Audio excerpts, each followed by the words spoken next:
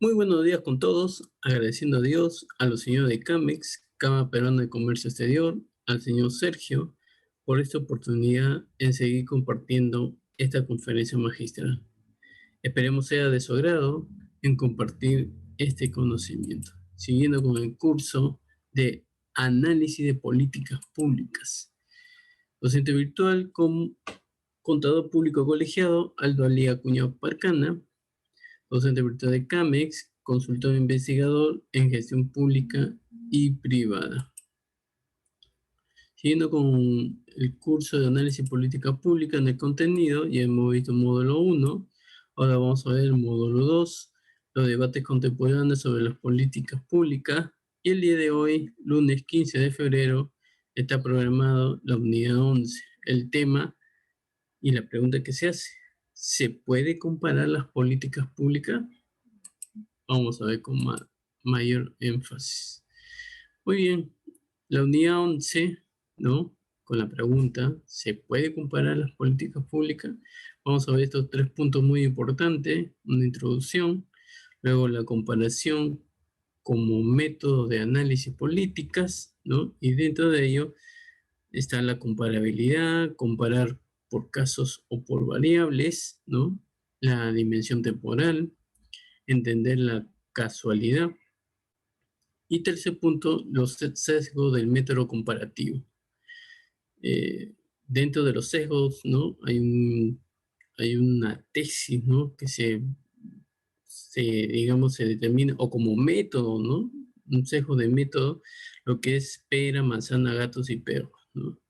Luego viene otro método, el problema de Galtón, ¿no? ¿Qué dice Galtón, ¿no? En esos tipos de comparación? Luego también tenemos mantener los prejuicios a distancia y los problemas de big B y small n. Muy bien, muy bien. Entonces, cuando se dice esta pregunta, ¿no? ¿Se puede comparar las políticas públicas? Hoy en día, ¿usted qué cree? ¿No? A lo de ayer, hoy y siempre. Comparar políticas públicas no es una práctica nueva. Los informes realizados por Aristóteles para Alejandro Magno ya se versaban sobre superioridad militar, recursos disponibles y diseño institucional de los ejércitos extranjeros. Más tarde, los estudios de autores como Montesquieu o Tocqueville, ¿no? Tocqueville se convirtieron en clásicos en comparatismo. Y así pues, hace tiempo de la ciencia política contemporánea, incluye una vertiente comparativa internacional, especialmente en materia de análisis de macroprocesos, como la formación del Estado, las revoluciones o las dinámicas de los regímenes políticos. Desde los años 80 se trata de un recurso siempre más usado en el campo del análisis de políticas públicas. Incluso en España, por las informaciones que proporciona y la posibilidad de fundamentar hipótesis teóricas sobre evidencias empíricas. Y de esta forma, la comparación sustituye a veces la experimentación. Desde entonces, prácticamente todos los aspectos de las políticas públicas han sido comparados.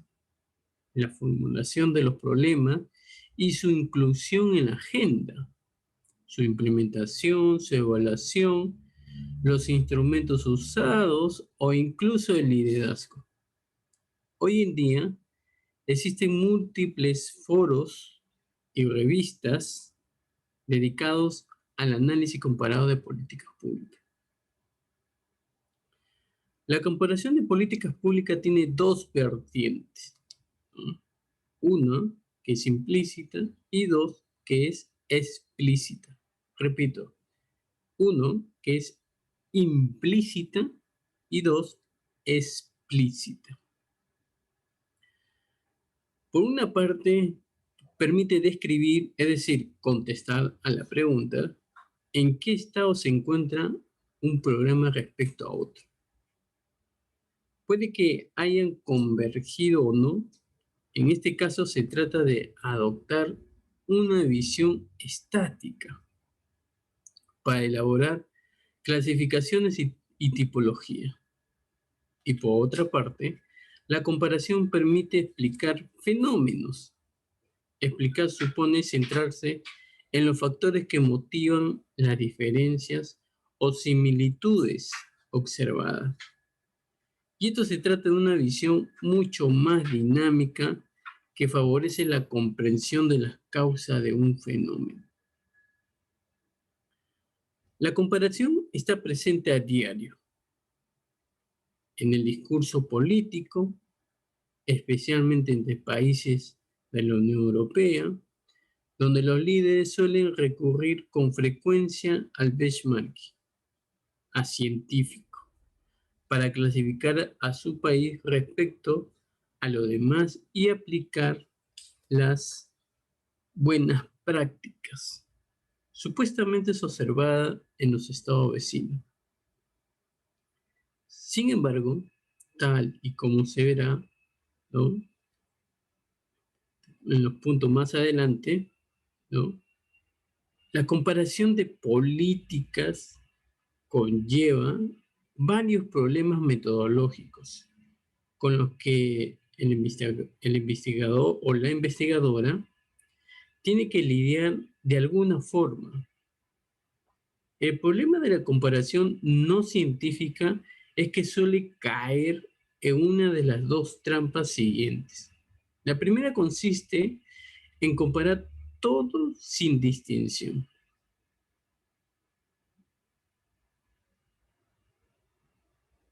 Y en algunos autores llaman comparación barata. ¿Por qué, profesor?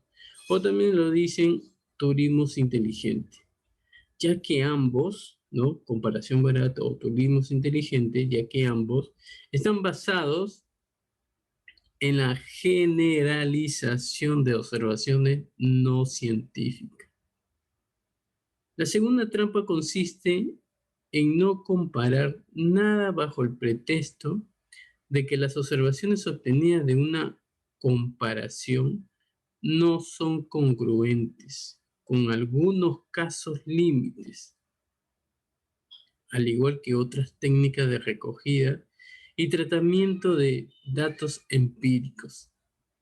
La comparación se basa en ciertas reglas, especialmente en un ámbito tan delicado como el análisis de políticas públicas, en el que las unidades de análisis son tan borrosas y estos elementos serán analizados a continuación a través de tres partes. 1. Referentes al método comparativo. 2. Los sesgos que lo afectan. Y 3. Y las líneas de investigación del análisis comparado en las políticas públicas. 2. La comparación como método de análisis de política. Al igual que el estudio del caso, ¿no?, el comparatismo dispone de una propia caja de herramientas teórica. Dicha caja incluye elementos relacionados con las unidades de comparación, las categorías analíticas o el número de variables. El comparatismo es un conjunto de métodos fundamentales para el análisis de las políticas públicas, ya que permite descubrir nuevos fenómenos o confirmar o rechazar teorías previas sin tener que recurrir a la experimentación. Y es por ello que vamos a ver estos 4 puntos. La comparabilidad y la pregunta, ¿comparar por casos o por variables? La dimensión temporal y entender la casualidad. La comparabilidad. El primer paso que hay que dar para realizar una comparación de políticas públicas consiste en identificar las unidades de comparación. Repito, que el primer paso que hay que dar para realizar una comparación de políticas públicas consiste en identificar las unidades de comparación. ¿Por qué, profesor? Porque esto va a determinar, ¿no?, lo contrario de la comparación de instituciones. La comparación de políticas públicas no se basa siempre en elementos formales, ¿no?, como puede ser, por ejemplo, las competencias de un parlamento frente al Ejecutivo, sino en redes más o menos organizadas de actores, ¿no?, resultado de programas, dinámicas de inclusión y en la agenda, o cambios sectoriales. Dicho de otra forma, las unidades de comparación de políticas públicas pueden ser de tres tipos: actores, procesos y resultados. Actores, por ejemplo, cuando se investiga sobre el papel de los líderes y o instituciones en el proceso de acción pública. Proceso, por ejemplo, cuando se trabaja sobre el cambio en las políticas públicas. Y resultado, otro ejemplo, es cuando el investigador se centra en los logros conseguidos por varios programas. Es fundamental trazar claramente las fronteras de las unidades y caracterizar los elementos constitutivos de un programa de acción pública. Sin este esfuerzo previo, la comparación caería en el sesgo de la selección. ¿Por qué, profesor? O sea, es decir, que la propia elección de los casos influiría sobre el resultado de la investigación. Un ejemplo: si un investigador compara 5 políticas de lucha contra la delincuencia juvenil y 4 fallan, puede ser porque en realidad dichos programas no son eficaces o porque ha elegido las más disfuncionales. Una comparación que no tomaría en serio esas advertencias y no sería lo suficiente sólida como para poder sacar conclusiones científicas. Otro asunto de la máxima importancia es la definición de criterios de comparación. ¿Qué quiere decir con eso?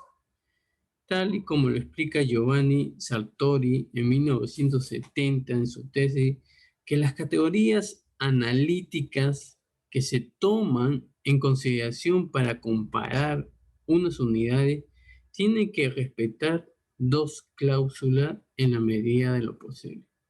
Primero, deben ser conjuntamente exhaustivas, es decir, deben cubrir el conjunto de los caracteres del fenómeno.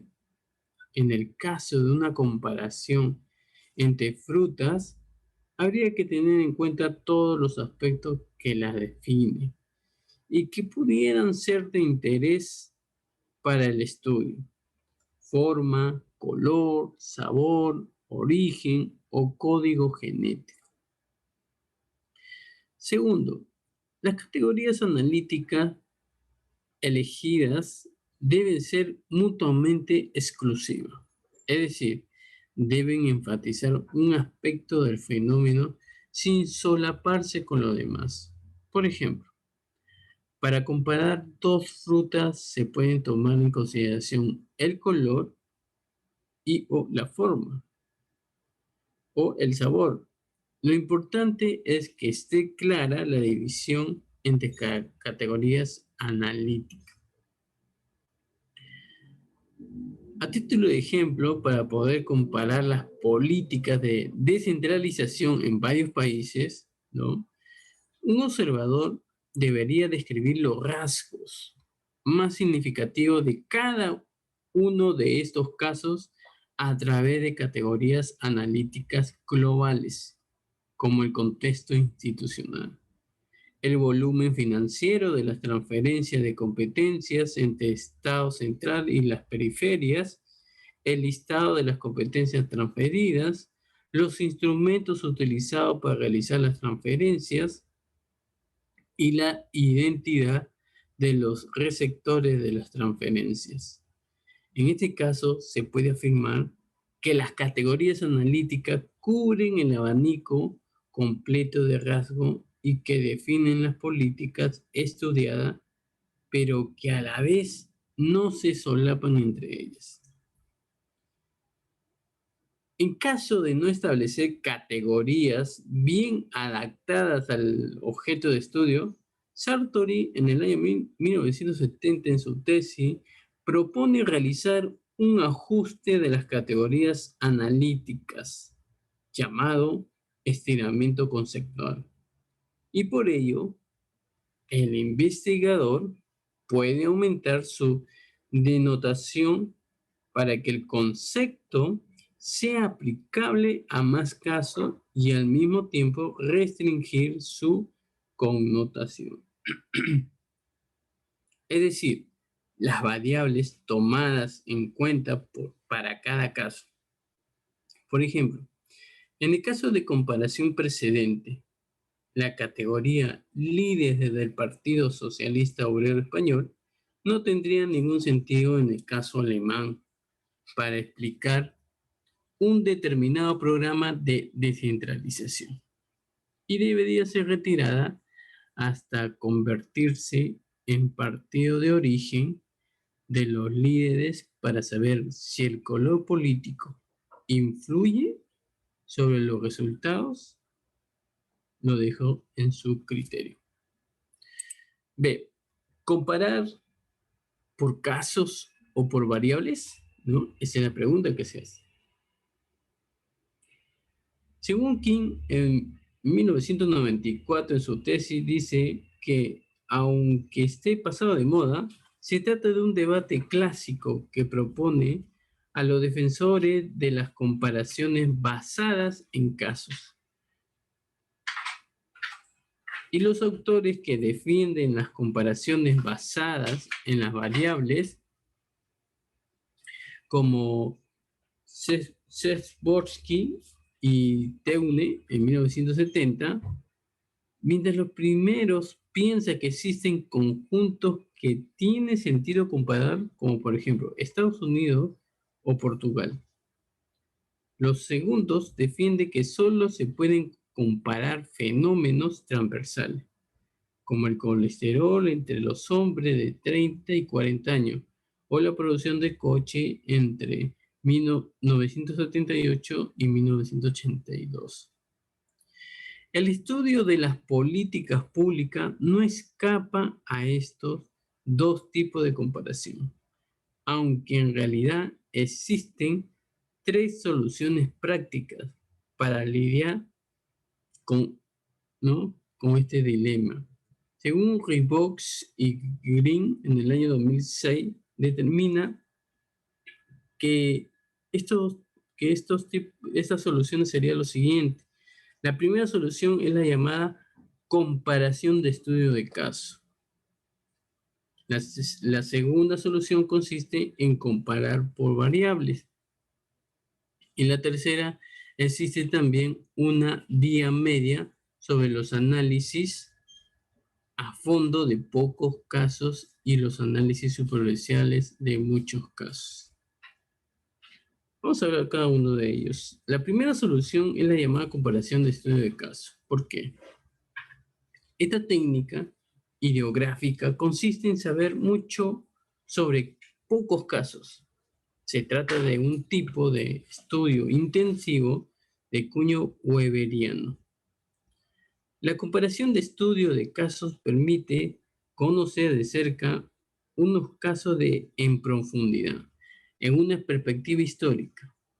En este tipo de estudio, el investigador limita su análisis a unos pocos casos que desglosa en función de una serie de variables. Por ejemplo, En una comparación de las políticas de construcción nacional territorial, que esto explora en 3 casos, según una batería, ¿no? Según una batería de indicadores como el desarrollo económico, el tipo de liderazgo o el peso de los partidos. El inconveniente de este método es que la extrapolación de los resultados conjuntos de los casos potenciales es complicada, ya que los casos estudiados son particulares y las mismas causas pueden causar efectos diferentes en otro contexto. Y por ello hay que tener mucho cuidado con la selección de los casos para que sean lo más representativos posible. La segunda solución consiste en comparar por variables. Vamos a ver. Esta aproximación nomotética, ¿no? Nomotética permite abarcar muchos casos y entender la lógica general de un fenómeno, pero limita el conocimiento individual de cada uno de ellos. O sea, se trata de un tipo de estudio extensivo de tipo durkheimiano, ¿no? O sea, al menos en su vertiente de sociólogos de fenómenos sociales como el suicidio. Aquí el investigador busca las regularidades, ojo, irregularidades no, regularidades y diferencias más destacables entre un gran número de casos que analiza de forma transversal. Por ejemplo, en su informe de PISA, el Programa International Student de Assessment, los especialistas de la OCDE, Organización para la Cooperación y el Desarrollo, en el año 2011, compararon el rendimiento de los estudiantes en numerosos países en función de pocos ítems. Y esta forma de comparar tiene una capacidad heurística muy competente, ya que introduce una relación de probabilidad en la observación. Y ahí tiene más probabilidad si sucediera, ¿no? ¿No? Y obviamente las intervenciones van a estar ahí. Pero el problema es que este tipo de estudio tiende a encapsular los diferentes casos seleccionados en un periodo histórico determinado como si no tuvieran consistencia histórica. Da a conocer los input o los output, pero se olvidan de los mecanismos sociopolíticos propios de cada caso, como si de una caja negra se tratara. Por ello, captar la resistencia de la evolución global de un fenómeno no está reñido con el hecho de entrar en detalle de los casos más significativos. Tercero, existe también una vía media entre los análisis a fondo de pocos casos y los análisis superficiales de muchos casos. Para la simplificación de unos 20 casos, Charlie Raggi, en 1987, propone realizar un tipo de análisis llamado comparación quali-cuantitativa. Repito, quali y cuantitativa. Y permite estudiar en profundidad más casos que la comparación cualitativa clásica, basado en el álgebra booleana y la teoría de los conjuntos difusos, ¿no? Este método permite entender cuáles son las condiciones necesarias para que un fenómeno ocurra. Por ejemplo, se puede comparar el grado de eficacia de las políticas de democratización entre varios estados. Por ello, hay que rellenar una tabla de verdad donde aparecen las variables constitutivas de cada estado. ¿no? Y aplicando, digamos, aplicando unos indicadores, como dice uno, democracia plena, otros lo dice semidemocracia 0.5 y otros dictatura 0. Este tipo de análisis permitirá indicar qué combinación de variables independientes son necesarias para tender hacia la democracia. Siguiente, la dimensión temporal.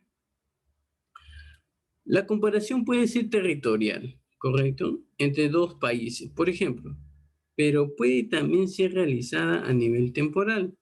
Esta línea de investigación ha ganado más adeptos desde los años 90, con la publicación de varios estudios dedicados a la perspectiva temporal en políticas comparadas, según Bartolini en el año 1993 y Pearson en el año 1994. Existen dos grandes debates acerca de la comparación temporal, ¿no?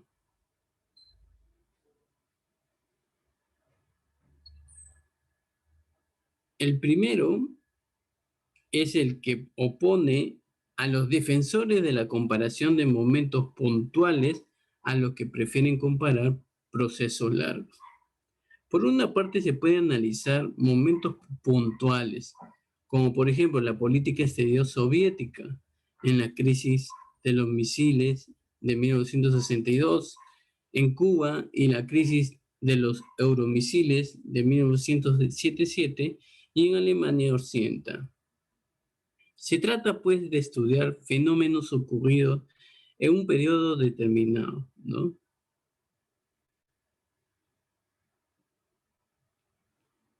Pero aún así, ¿no? Se trata, ¿no? Que estas tareas vienen realizando autores que se dedican a analizar el papel de las emociones, las políticas públicas y sobre asuntos puntuales como la crisis de las vacas locas, la eutanasia, ¿no? La participación en reglas o el control de las armas, según Thompson y Hoggett en el año 2012, y por otra parte se puede tener en cuenta periodos más largos como lo haría un estudio de la evolución de las políticas de envejecimiento activo en Noruega, Suecia de 1990 al año 2000. Es la solución adoptada por los autores que inspiran en la historia para entender el desarrollo de ciertas políticas. Por ejemplo, el grupo que se agrupa en torno a la revista Journal of Policy History, ¿no? El otro debate sería el central, ¿no? Como lo que había mencionado. Primero era sobre los defensores de comparación en momentos puntuales a los que prefiere comparar procesos largos. El otro sería, el debate central, es el que opone comparatistas sincrónicos y diacrónicos. La comparación sincrónica consiste en comparar al menos dos fenómenos en un mismo periodo. La comparación de las políticas antiterroristas en Italia, España y Francia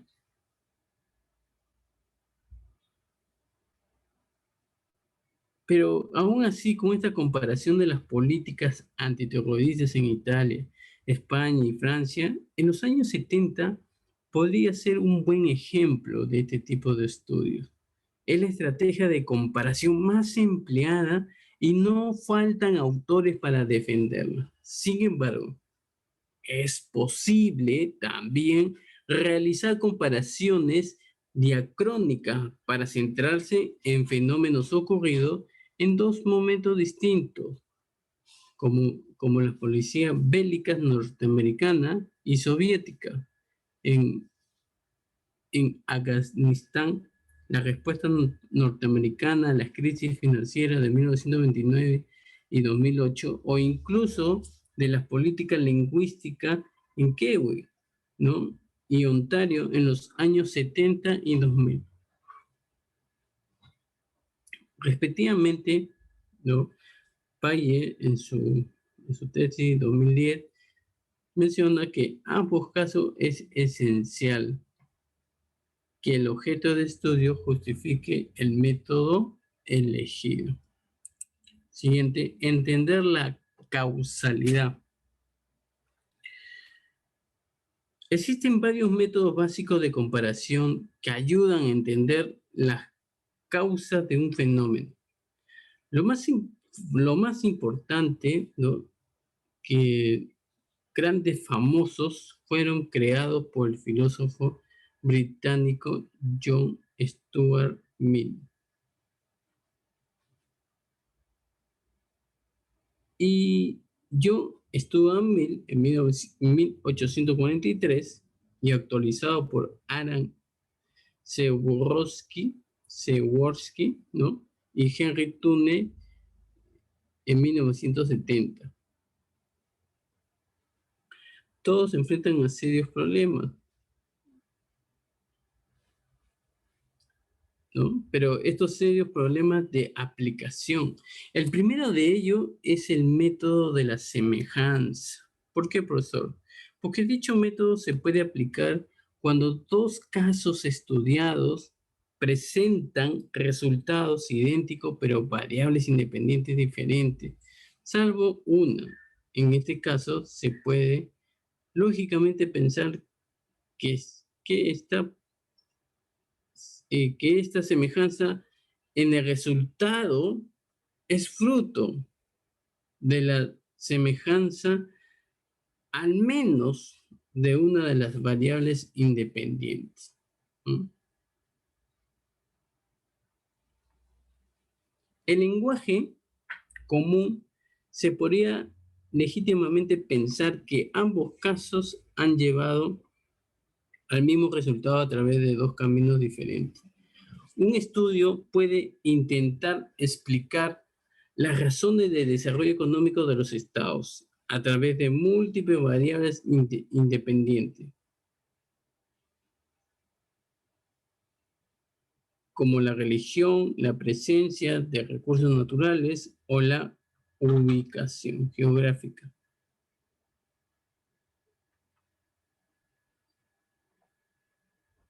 Pero esta ubicación geográfica que menciona, en varios casos del éxito económico, como Estados Unidos y Japón, dado que variables independientes es donde, es donde se constituye, estos casos son muy diferentes entre sí. Se supone que si se encuentra al menos una que sea común, ¿no? Sería la siguiente o sería la que explique el desarrollo económico en ambos casos. El segundo método es llamado método directo a la diferencia, a la inversa, ¿no? Este método es el más adecuado para comparar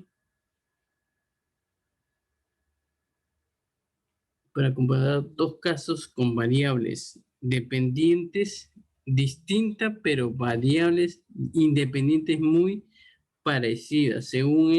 Esta dinámica, se achacará la dirección del resultado entre los casos a la presencia de una variable independiente que refiera a de un caso, ¿no? Y los resultados, pues, entre los casos de la preferencia de una variable independiente que fiere, ¿no? En un caso a otro, ¿no? ¿Cómo así, profesor? Un ejemplo.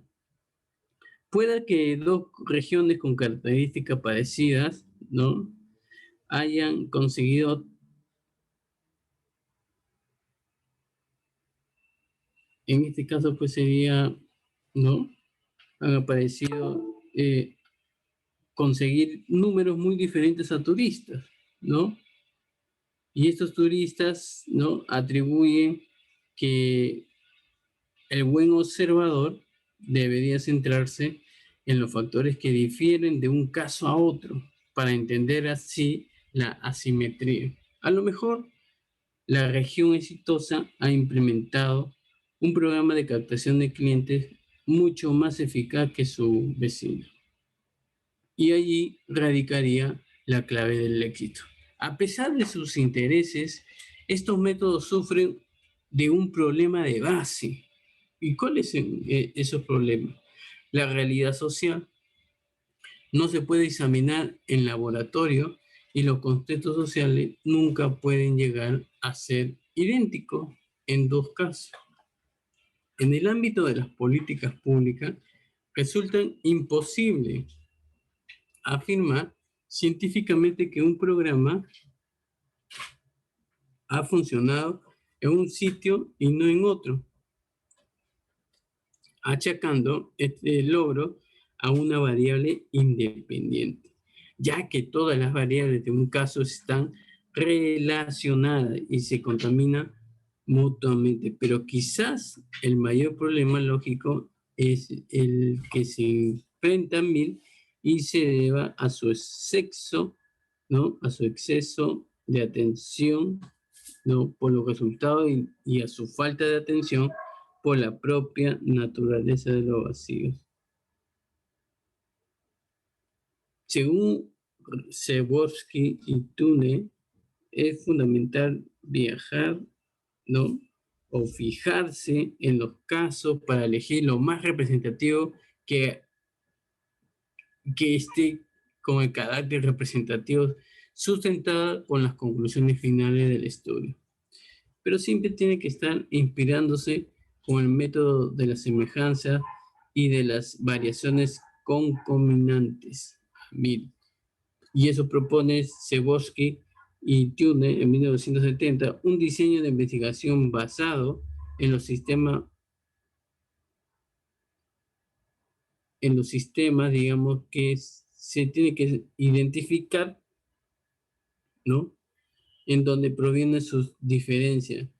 Y aquí la selección, no se da nada al azar, ya que el investigador elige aposta los casos que va a comparar en función de una hipótesis de base, ¿no?, de base.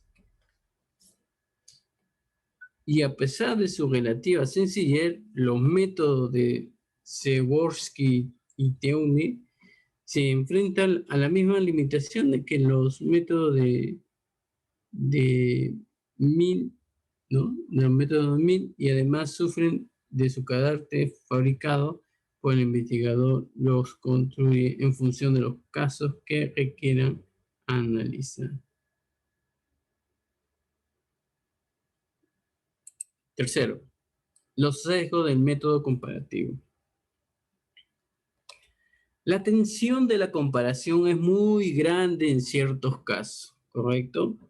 Pero no toma las precauciones necesarias, pero puede provocar resultados incontrolables. Entre los sesgos más clásicos a los que se enfrentan los comparatistas en el ámbito de las políticas públicas y más allá,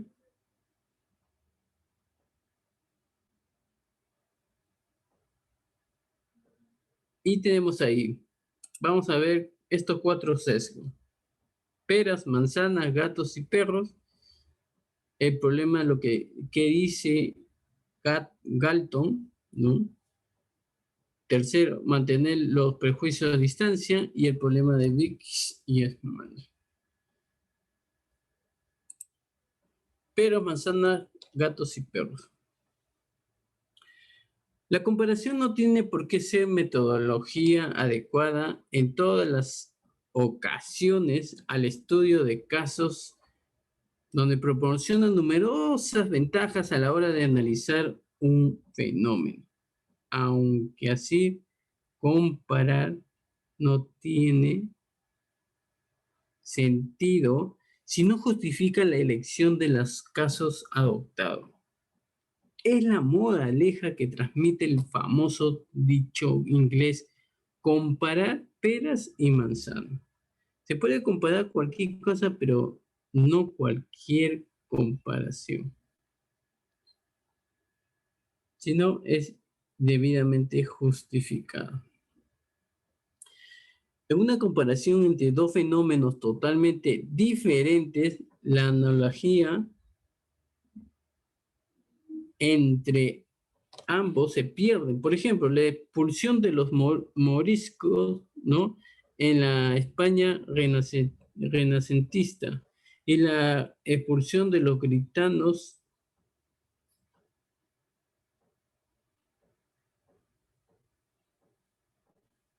Pero aún así, un ejemplo para que puedan entender, ¿no? En este ejemplo, pues, como acabo de mencionar, la expulsión de los mariscos renacentista y la expulsión de los gitanos humanos por el gobierno francés en el verano de 2010 plantean serias limitaciones a la hora de realizar un estudio comparativo en términos de ideologías y partidos. Dichas variables, ¿no?, profesor, pero ¿existirán variables para distinguir estos tipos de métodos? Así es. Dichas variables independientes serían lo que llaman concepto gato perro, o sea, inventos absurdos fruto de un análisis mal planteado. Por tanto, las conclusiones que se podrían sacar de esta comparación no tendrían base alguna.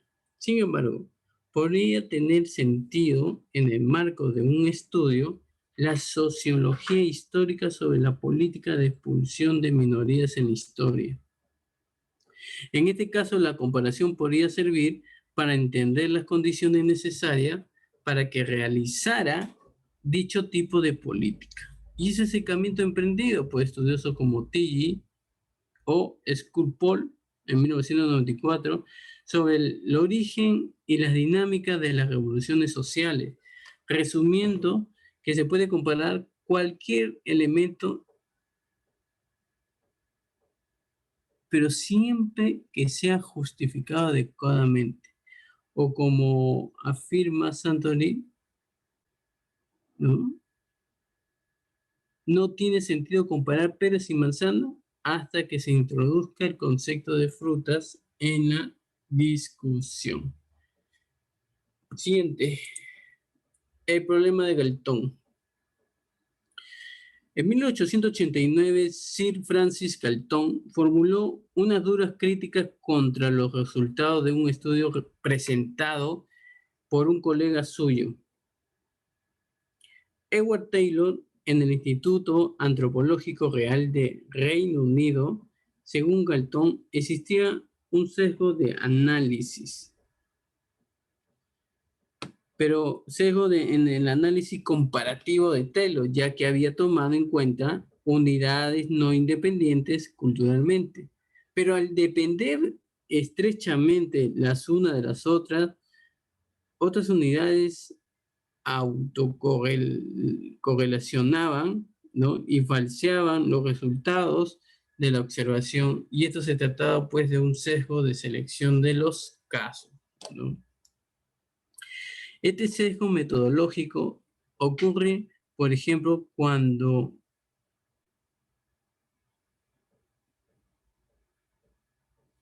un investigador quiere comparar los resultados de la política sanitaria en dos cantones suizos y una región italiana, pueden intentar calcular el rendimiento de cada unidad y a continuación las causas de estas diferencias en función de la inversión, el marco jurídico o el liderazgo de los políticos regionales. El problema es que los cantones suizos responden a dinámicas comunes impuestas por el gobierno federal en términos de presupuesto, marco legal, incluso cultural.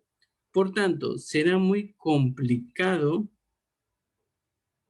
¿no? Será muy complicado que sacar conclusiones basadas en el mérito propio de cada territorio, ya que las decisiones adoptadas pueden afectar a 2 o 3 casos. Quizás entonces la solución consista en agrupar los casos en 2 grupos y simplemente deshacer de uno y de los casos suizos para que entonces con eso quizás la solución consista en agrupar los casos en 2 grupos o simplemente deshacerse de uno de los casos suizos para poder sacar conclusiones en firme y comparando una unidad suiza y otra italiana. Mantener los prejuicios a distancia. Una de las principales dificultades de la comparación, pero también de sus principales intereses, es el distanciamiento del investigador respecto a sus propias creencias, para elaborar un marco analítico eficiente que le permita entender la dinámica de los programas de acción pública en varios países. Es preciso no caer en la trampa del etnocentrismo y así pues comparar las políticas sociales norteamericanas bajo el prisma de las políticas sociales en Suecia llevará al autor a concluir que no hay mecanismo de solidaridad en Estados Unidos. Sin embargo, puede que dichos mecanismos no se encuentren,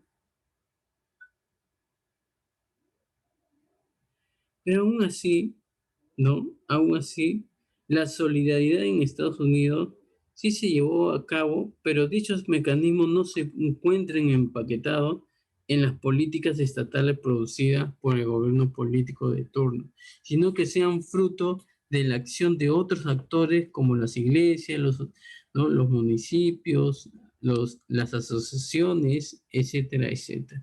El fallo aquí consiste en analizar un programa público en un contexto concreto con un marco analítico forjado en un contexto totalmente diferente para evitar este tipo de malentendido cultural. Hay que desconfiar de la, ¿no? Pero aún así, profesor, ¿cómo podemos evitar un tipo de malentendido cultural? Muy bien. Para evitar este tipo de malentendido cultural hay que desconfiar de las categorías de sentido común. ¿Por qué, profesor? Como el clavivaje de izquierda a derecha o el Estado, que son conceptos que esconden realidades muy diferentes de un país a otro. Otro ejemplo, el clavivaje izquierda a derecha sigue teniendo sentido en Botswana. ¿Se puede hablar de estados en Afganistán? Por ello, comparar política pública requiere abstraerse de sus propios prejuicios para entender el sentido profundo de cada programa en su propio contexto. Y esta tarea supone que las categorías analíticas utilizadas tengan en mantener un cierto valor estimativo. Pero este valor, no, este valor esquemático va a permitir que esta tarea supone que las categorías analíticas utilizadas tengan que mantener un cierto valor semántico en todos los casos elegidos. C. El problema de Big y Small N. Formalizado por Aren Lixfar, ¿no? En 1971, este sesgo se refiere a los estudios que toman en consideración un gran número de variables independientes y muy pocos casos. En este caso, ¿no? En estas situaciones se habla de estudios indeterminados, ya que no permite presentar las exclusiones del análisis sobre evidencia razonable.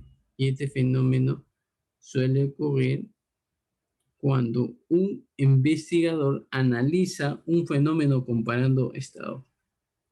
Por ejemplo, es muy arriesgado pretender comparar, pero, pero en estas situaciones, ¿no? Este fenómeno suele ocurrir cuando un investigador analiza un fenómeno comparado a estados. Por ejemplo, es muy arriesgado pretender comparar cuantitativamente las políticas de igualdad a favor de la mujer en Argentina y España, en función de de una batería de variables independientes como el nivel de Producto Interior Bruto, el nivel de estudios medios, ¿no? Permite, ¿no?